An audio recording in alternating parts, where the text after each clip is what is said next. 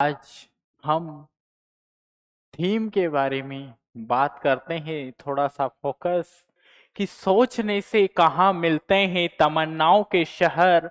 सोचने से कहाँ मिलते हैं तमन्नाओं के शहर। चलना भी जरूरी है मंजिल को पाने के लिए। चलना भी जरूरी है मंजिल को पाने के लिए। उसके बाद हम आगे बात करें तो आमेर का इतिहास पढ़ रहे थे अपन कि आमेर के इतिहास में किस प्रकार जो है धुलेराई तेजकरण ने आमेर में 1137 ईस्वी में कछवा राजवंश है उसकी स्थापना की थी। उसके अलावा दौसा के बड़गुजरों को पराजित कर कर दौसा को अपनी पहली राजधानी बनाया। उसके अलावा दूसरी राजधानी जो रही जमवा रामगढ़, जहां पर इनकी कुलदेवी जमवाई माता का मंदिर बनवाया और दूसरी राजधानी इसने बनाई। ठीक है।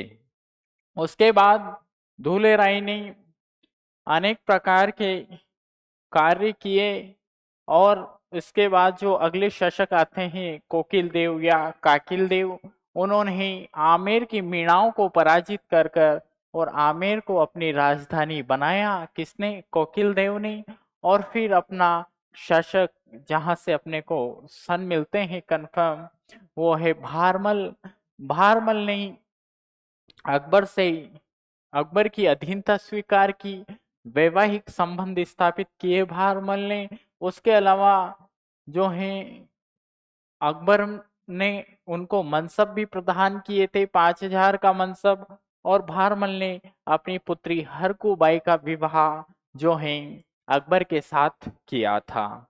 उसके बाद जो अगला शासक था भारमल के बाद भगवान दास जो था, उसने भी अकबर की अधीनता स्वीकार की थी अपने पिता की तरह। उसके अलावा उसने राजा, शासक और कुंवर दोनों रूप में कार्य किया और गुजरात अभियान पे गया। वहां पर अनेक युद्ध किए। उसके पश्चात भगवान दास ने अपनी पुत्री का विवाह अकबर के पुत्र जहांगीर के साथ किया था, मानबाई का विवाह। उसके पश्चात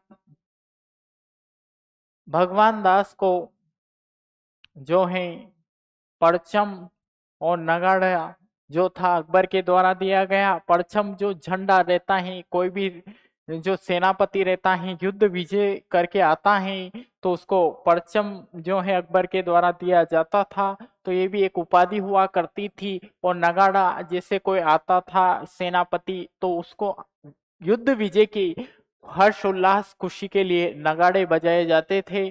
तो वो ये सब कार्य जो है भगवान दास को अकबर के द्वारा दिए जाते हैं। और उसके अलावा एक झंडा जिसे बोलते हैं अपन, वो भी अकबर के द्वारा भगवान दास को प्रदान किया जाता है। और कहा जाता है कि कोई भी सेनापति है उसके महल के बाहर नगाड़े जो है वो बजा सकते हैं। तो इस प्रकार की जो है कुछ कार्य अकबर के द्वारा जो है प्रदान किए गए थे, कुछ उपाधियां।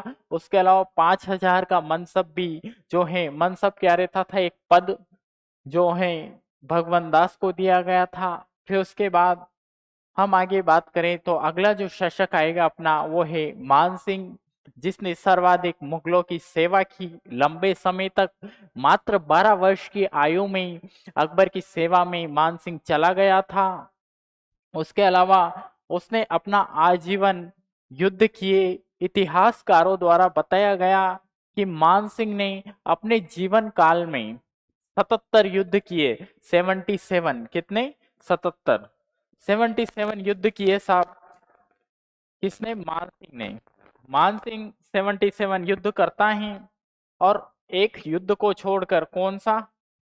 हल्दी घाटी। हल्दी घाटी के युद्ध को छोड़कर सभी में विजय रहा है। कौन? मान सिंह। एक ऐसा वीर पराक्रम योद्धा मान सिंह था जो हर युद्ध में विजय रहा।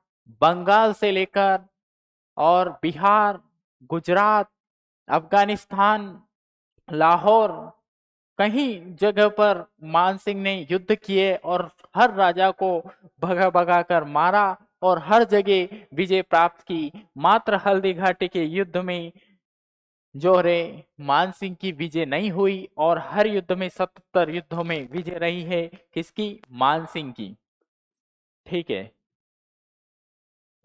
मान सिंह का जो शासन काल माना जाता है वो 1589 से और 1614 ईस्वी तक इसका शासन काल माना गया है और इसने 77 युद्ध किए अपने जीवन में। अफगानिस्तान तक, काबुल तक इसने युद्ध किए। एक ऐसा योद्धा, पर इसकी वीरता किसके काम आई? अकबर के। अकबर भी जानता था, देखा उसने कि मान सिंह बहुत बड़ा योद्धा है। कहा जाता है भगवान दास जब रणथंभौर में बूंदी के शासक जो थे उनको मनाने आए थे और रणथंभौर में युद्ध किया, उस समय भी मान सिंह अपने पिता भगवान दास के साथ थे। तो उस समय ये धीरे धीरे युद्ध की नीतियां देख रहे थे, सीख रहे थे। उसके अलावा गुजरात अभियान पर भगवान दास गए, वहां पर भी मान सिंह साथ में थे। तो इनकी वीरता को धीरे धीरे बढ़ते बढ़ते और फिर अकबर ने देखा और इनको भी कहा जाता है कि 5000 का मनसब भी इनको प्रदान किया था। किसने? अकबर ने। और फिर इसको बढ़ाकर 1605 में, कब? 1605 ईस्वी में 7000 का मनसब इसको कर दिया था। तो कौन करता है? अकबर।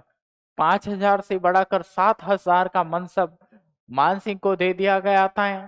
कहा जाता है कि किसी भी हिंदू राजा को इतना बड़ा मनसब, बोले तो उपाधि, नहीं दी गई थी। ये 5000 से ऊपर की जो मनसब की जो उपाधि रहती हैं वो मुगल शासकों को या मुगल राजकुमारों को ही दी जाती थी। तो कितना मनसब दिया था अकबर के द्वारा? 7000 का मनसब जो है मान सिंह को दिया गया था। ठीक है। उसके बाद मान सिंह को अकबर ने एक उपाधि और दी थी, फर्जंद। इसका अर्थ होता है पुत्र। ठीक है। तो पुत्र के बराबर जो है उपाधि दी गई थी अकबर के द्वारा। किसको? मान सिंह को। मान सिंह को हर विजय, हर उपलक्ष्य में, कई अभियानों में इसको नेतृत्व दिया। अपन बात करें तो हल्दी घाटी युद्ध में भी अकबर की ओर से मान सिंह अकबर का सेनापति बनकर और महाराणा प्रताप के साथ युद्ध किया था। 1573 1573 ईस्वी के समय की बात है जो हल्दी घाटी युद्ध हुआ भीषण। उसमें भी अकबर का सेनापति जो बनकर गया था वो मान सिंह ही बनकर गया था। तो मान सिंह ने हर जगह नेतृत्व किया और हर जगह विजय रहा। उसके अलावा अकबर ने कई बार इसको धर्म परिवर्तन के लिए भी बोला, पर मान सिंह कहते हैं कि साहब राजा जो है, हमने आपकी अधीनता स्वीकार की है। शहंशाह, आप गर्दन ले लो, हमारी गर्दन आप कहो वहां कटवा दे, पर हम धर्म परिवर्तन नहीं करेंगे। तो इस प्रकार जो है मान सिंह अकबर से कहता है कि हम अपना धर्म परिवर्तन नहीं करेंगे। कुछ दरबारी विद्वान थे अकबर के, वो कहते थे कि तेरे में वो सब काबिलियत है, तू हर जगह विजय करने वाला है और तू बहुत अच्छा शासक है, तू हिंदुस्तान का राजा क्यों नहीं बनता? तो इसके लिए इतिहासकारों ने कहा है कि ऐसा वीर योद्धा जो है मान सिंह, जो एक प्रसिद्ध योद्धा रहा है, जिसने अनेक अभियानों में भाग लिया और आमेर का शासक भी बना। और आमेर के शासक बनने के साथ साथ अकबर की भी कई वर्षों तक सेवा की। मान सिंह ने अकबर की और जहांगीर की, दो मुगल शासकों की सेवा की थी। उसके अलावा हम बात करें तो मान सिंह ने बंगाल अभियान पर राजा केदार को पराजित कर और बंगाल पर जो है अधिकार किया था। और वहां पर जयपुर आते समय राजा केदार जो थे वो शिला माता की मूर्ति लेकर उस समय आए थे। तो राजा केदार कौन सी माता की पूजा करते थे? शिला देवी। ठीक है। तो इस शिला देवी की मूर्ति को जो लेके आए थे, कौन लेके आते हैं? मान सिंह।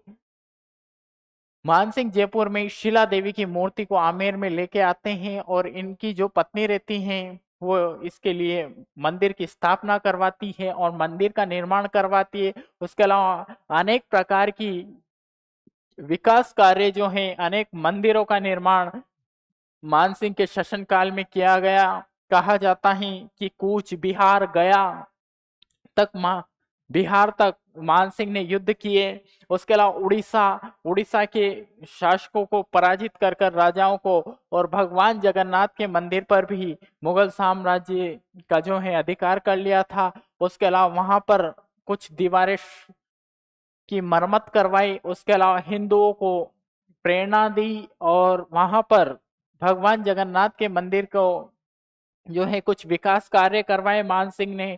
और कहा जाता है कि आज भी जो है हरिद्वार में जो घाट बने हुए हैं, वो उस कार्य का जो निर्माण करवाया था मान सिंह के द्वारा, इनका कार्यों का निर्माण करवाया गया था। हरिद्वार में जो घाट बने हैं, जो आज वर्तमान में लोग तर्पण करने जाते हैं, वो सब घाट जो है मानसिंह के शासन काल में ही बनवाए गए थे। तो ऐसे कार्य, उसके अलावा गोविंद देव जी का मंदिर भी इसके द्वारा बनवाया गया था। वृंदावन में कई मंदिरों का निर्माण करवाया गया था। उसके अलावा अनेक प्रकार के जो मंदिर हैं, उनका कार्य जो है मानसिंह के द्वारा करवाया गया था। तो आज हमारा शासक मानसिंह, उसके बारे में हम विस्तार से बात करते हैं। ठीक है।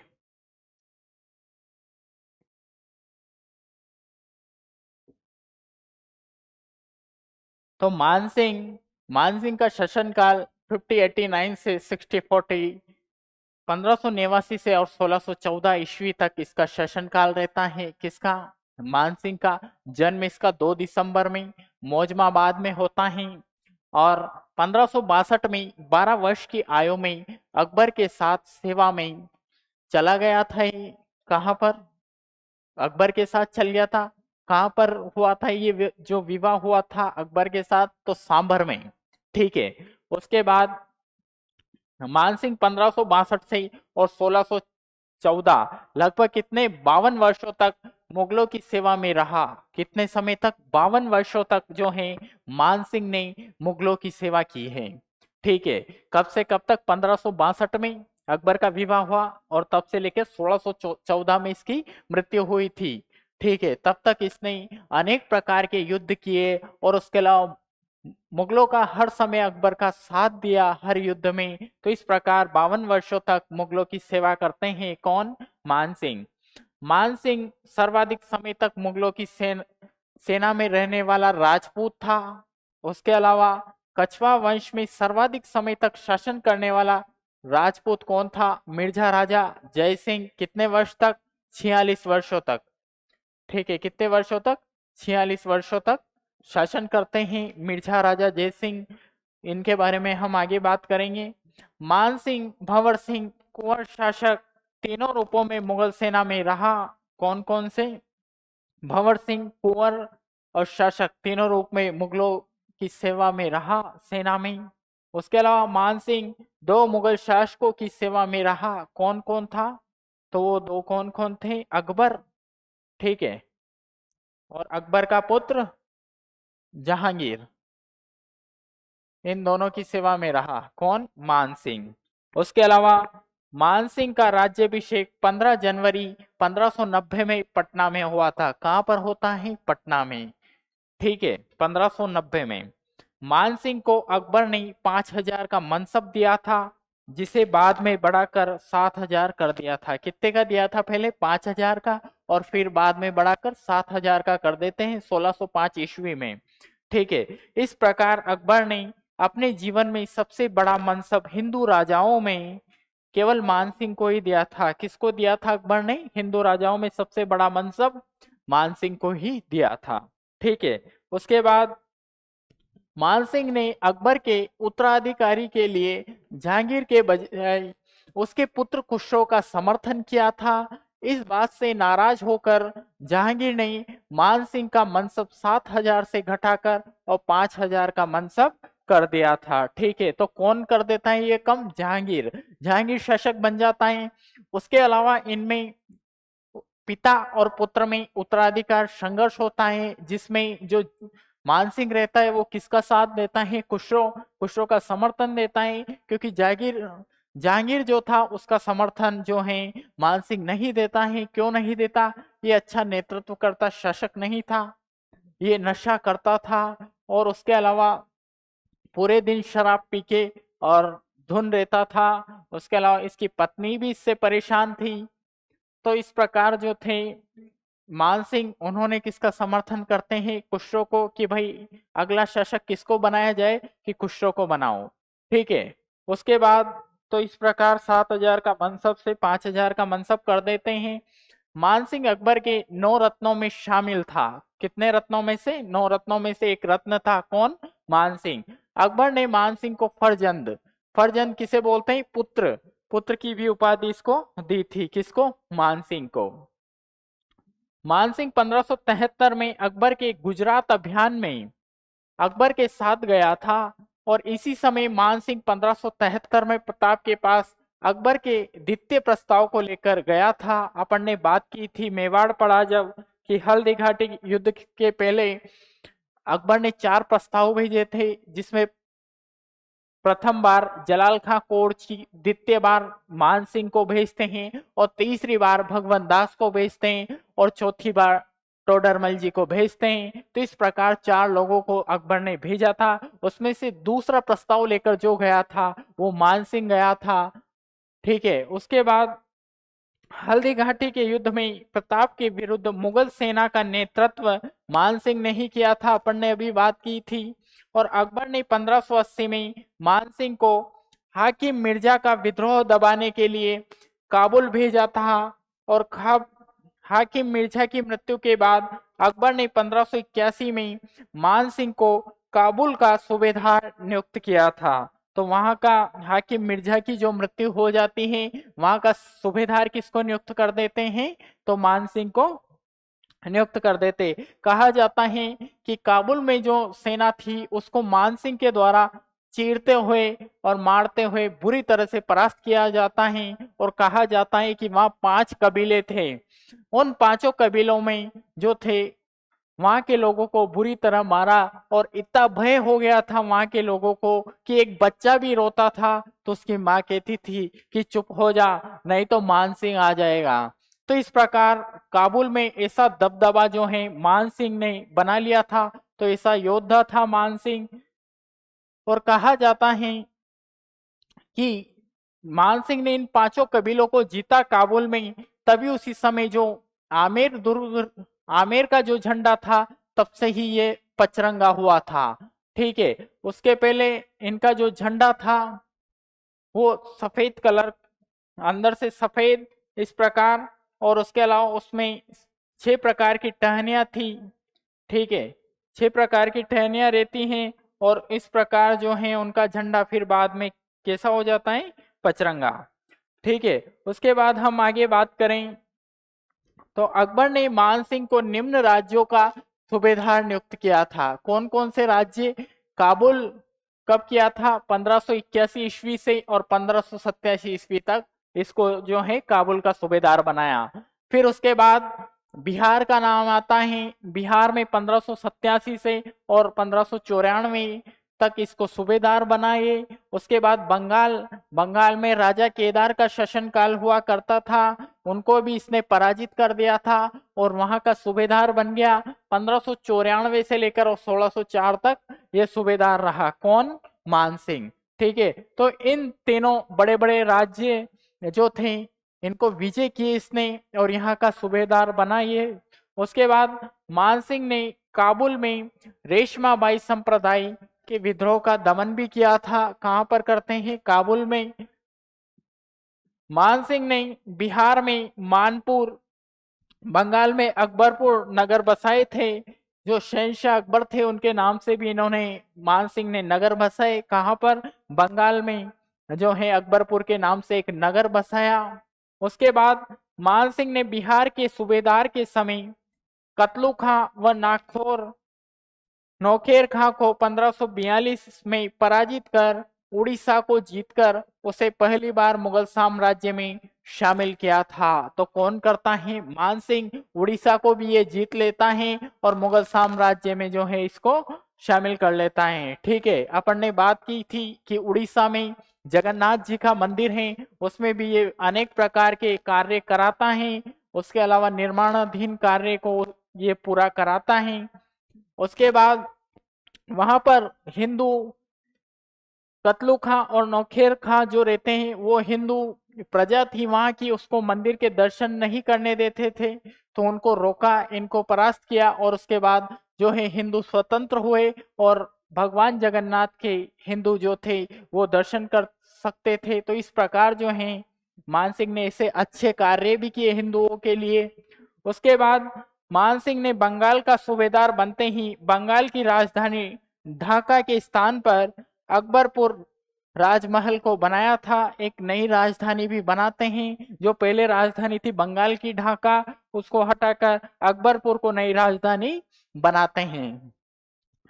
मानसिंह 1596 ईस्वी में कूच बिहार के शासक कौन था? लक्ष्मी नारायण, उसको पराजित कर देते हैं और उसको मुगलों की अधीनता जो है स्वीकार करवा देते हैं। किसको? लक्ष्मी नारायण कूच बिहार का शासक था और उसको मुगलों की अधीनता स्वीकार करवा देते हैं और उसकी बहन रहती है उससे विवाह कर लेते हैं। कौन? मानसिंह। जहांगीर की एक किताब रहती है, उसमें कहा जाता है कि मानसिंह ने हर युद्ध विजय किए और हर युद्ध में जहां का शासक रहता था वहां की एक शादी कर लेता था, अनेक प्रकार के विवाह किए मानसिंह ने। कहा जाता है कि 1500 विवाह जो है मानसिंह के द्वारा किए गए थे। जहांगीर की बुक के अनुसार किताब थी उसकी, जिसमें कहा और हर पत्नी के 3 पुत्र थे। उस हिसाब से मल्टीप्लाई मत करना, क्योंकि कहा है जहांगीर है नशे में रहता था, तो इस हिसाब से जो है जहांगीर ने कहा इस प्रकार मानसिंह के लिए कि मानसिंह ने 1500 विवाह किए थे। तो इस प्रकार जो जहांगीर रहता है वो ये कहता है। ठीक है, उसके बाद उसकी बहन से अबला देवी से विवाह कर लिया था। ठीक है, लक्ष्मी नारायण जो था शासक, उसकी बहन से मानसिंह विवाह कर लेता है। ठीक है, उसके बाद मानसिंह 1599 ईस्वी से और 1600 ईस्वी में पूर्वी बंगाल के शासक कौन थे? केदार राय को पराजित कर वहां शीला देवी की मूर्ति जीतकर और आमेर लाया था। कहां पर ले आया था? बंगाल से जो शासक थे केदार राय, उनको पराजित कर कर और वो शीला देवी की मूर्ति की पूजा करते थे। चमत्कारी मूर्ति इसको बताई गई है। तो ये सोचते हैं कि क्यों ना हो मैं इस मूर्ति को आमेर ले आऊं, तो ये आमेर लाते हैं। राजा केदार को पराजित कर कर शीला देवी की मूर्ति ये आमेर लाते हैं। ठीक है, तो जो कछवा राजवंश है उसकी शीला देवी जो रहती है उसके मंदिर की स्थापना कराते हैं और शीला देवी को ये आराध्य देवी के रूप में कछवा राजवंश के जो शासक हैं वो मानते थे। कौन सी? आराध्य देवी। ठीक है, उसके बाद बंगाल अभियान के दौरान हिम्मत सिंह, दुर्जन सिंह व जगत सिंह नामक 3 पुत्र थे, उनकी मृत्यु हो जाती है। तो किनके पुत्र थे? मानसिंह के। बंगाल अभियान में मानसिंह जाता है युद्ध करने और अपने पुत्रों को भी साथ में ले जाता है। किनको? हिम्मत सिंह, दुर्जन सिंह, जगत सिंह, इन तीनों को साथ में ले जाता है और युद्ध में इनकी मृत्यु हो जाती है। ठीक है, उसके बाद जगत सिंह की स्मृति में उसकी मां कनकावती ने आमेर में जगत शिरोमणि मंदिर का निर्माण करवाया था। कौन से मंदिर का निर्माण करवाती हैं? जगत शिरोमणि मंदिर। अपने पुत्र की स्मृति में, अपने पुत्र की याद में जगत शिरोमणि मंदिर का निर्माण करवाती है। कौन? कनकावती। ठीक है, कनकावती कौन? मानसिंह की पत्नी। ठीक है, जगत शिरोमणि मंदिर की मूर्ति मानसिंह द्वारा चित्तौड़ के मीरा मंदिर, जिसको बोलते हैं अपन कुंभ श्याम मंदिर, से लाई गई थी। ठीक है, ये जगत शिरोमणि मंदिर का निर्माण करवाती है वो जो मूर्ति लाई थी जिसकी मीरा पूजा करती थी, ऐसा कहा जाता है। उसको लेकर आता है मानसिंह। ठीक है, मानसिंह के निर्माण कार्य की हम बात करें तो मानसिंह ने अपने जीवन काल में क्या क्या निर्माण कार्य कराए, किस प्रकार अलग अलग नगर बसाए, अनेक प्रकार के मंदिरों का निर्माण करवाया, तो क्या क्या कार्य मानसिंह के रहे हैं उसके बारे में हम बात करेंगे। तो शीला देवी के मंदिर का निर्माण कराता है ये कहां पर, आमेर में।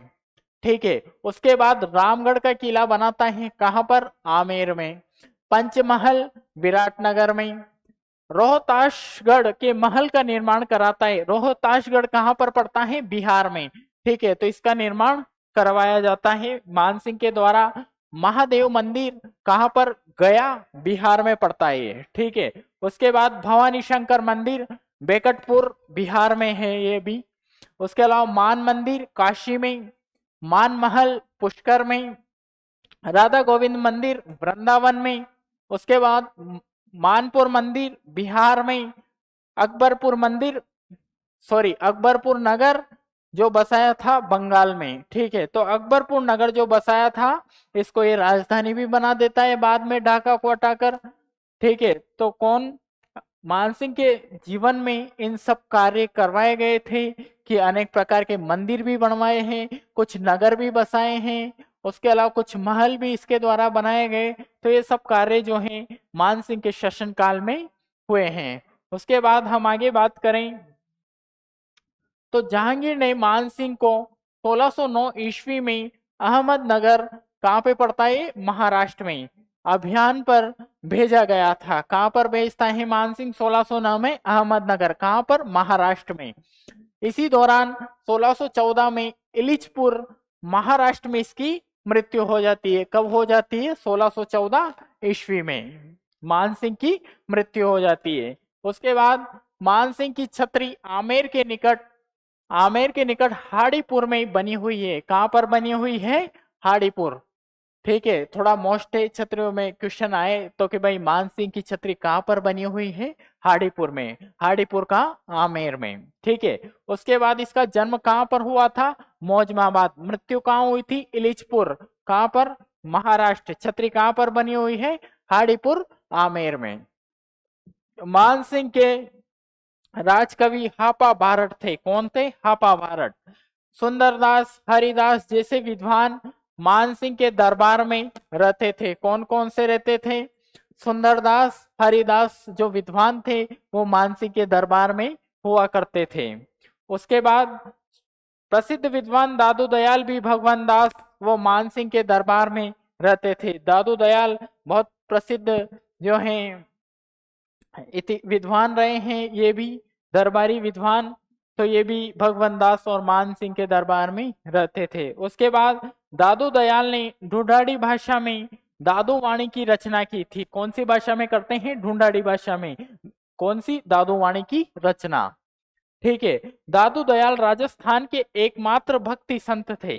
कौन से संत हैं, भक्ति संत, जिनको अकबर ने धार्मिक वाद विवाद के लिए फतेहपुर सीकरी आमंत्रित किया था। कहां पर आमंत्रित करता है अकबर इनको, फतेहपुर सीकरी। ठीक है, कौन से वाद विवाद के लिए, किसको करते हैं ये, दादू दयाल को। ठीक है, मानसिंह के दरबारी दलपत ने निम्न ग्रंथ लिखे थे। ठीक है, कौन कौन से, पवन पश्चिम, पत्र प्रशस्ति, पवन पश्चिम और पत्र प्रशस्ति, ये ग्रंथ लिखते हैं। कौन लिखते हैं, ये दलपत।